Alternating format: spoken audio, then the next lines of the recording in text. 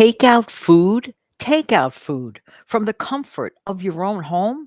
Yeah, sure, John. Yeah, right. And costs a lot less money too. Yeah, John. Yeah, sounds good. Yeah, yeah, yeah. Well, it does.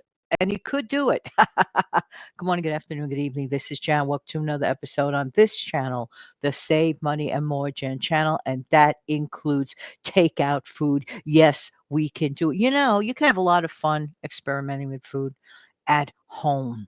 And even if you don't want to, take the chance of experimenting and it becomes a flop, how do you know if it does or doesn't unless you try? Now, recently, someone gifted me out of the clear blue sky recently with a smash burger dinner from a place that probably maybe just opened not too long ago. And it was the first time I had takeout food in a really, really long, long time.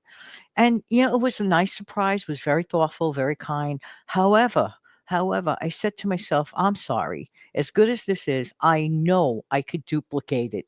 I know I can. And you might remember a few weeks back, I did just that. We did duplicate what is like a smash burger at home. All you have to do is get an 8x8 pan, get a pound of your favorite ground beef or ground turkey. I work with both, but honestly, I like beef better. That's just me. That's just me. Everybody's different. But what I like to do is I flatten it out right in the pan. First, I use some nonstick spray.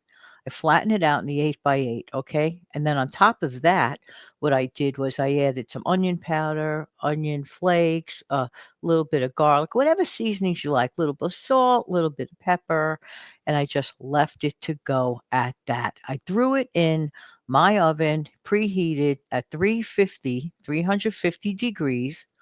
Check from 25 to 30 minutes for the way you like it. Well, it doesn't come out any easier or better than that. And I cut it to size. So, what I did at that time, I happen to have a bag of King Hawaiian rolls. They are so handy to make those sliders. You could get a whole bunch of sliders out of that. You cut it to size. You can make them cheese. You can make them plain, whatever you want to do with it, cut it to size. You get an awful lot out of it, in my honest opinion. That is one quick way to do an outside burger at home simply and easily. It doesn't go any easier than that, especially on those really busy days when you're tired. I said, well, there's some other things out there. Well, with that meal came a bunch of their version of fries. They weren't curly fries, but they had a special coating on them.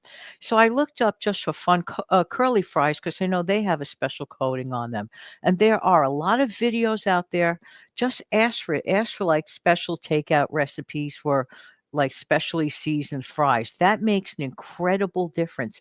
And I saw one video, it was a video short, but you could just look around. You'll find anything you want on here. You really, really can.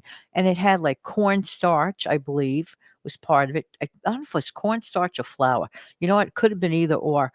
And it had all sorts of seasonings in it, and the potatoes were in there. There's a contraption, by the way, on a separate note, that I understand you can order on Amazon. And I am not an affiliate, I am just a really good purchaser on there.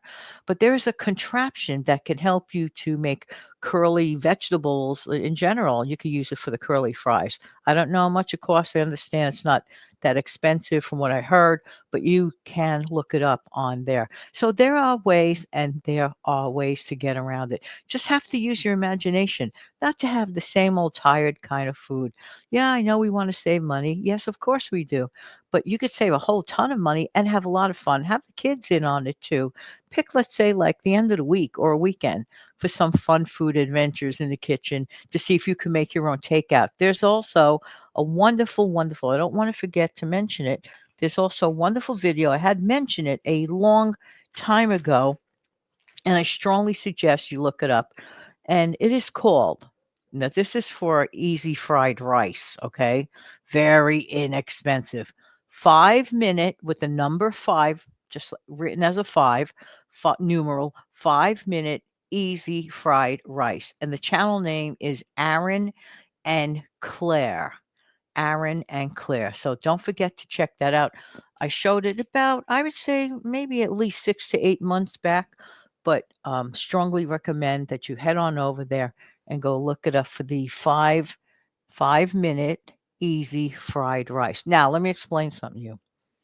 I am not a cook or by any stretch of the imagination. I throw things together. I like it, tastes good. I'm done. But I don't dwell on cooking. But I do dwell on saving money, and this will really help. One of the biggest tricks to making a successful fried rice, guess what?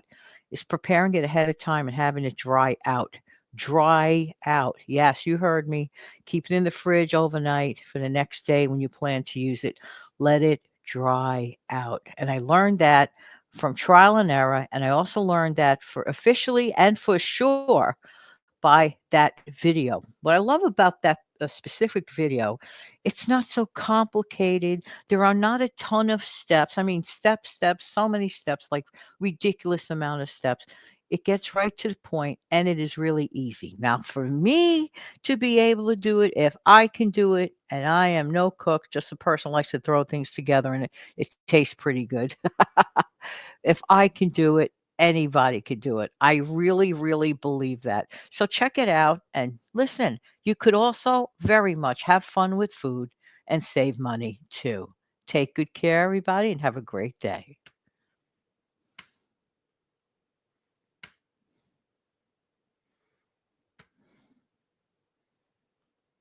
I hope this closes out.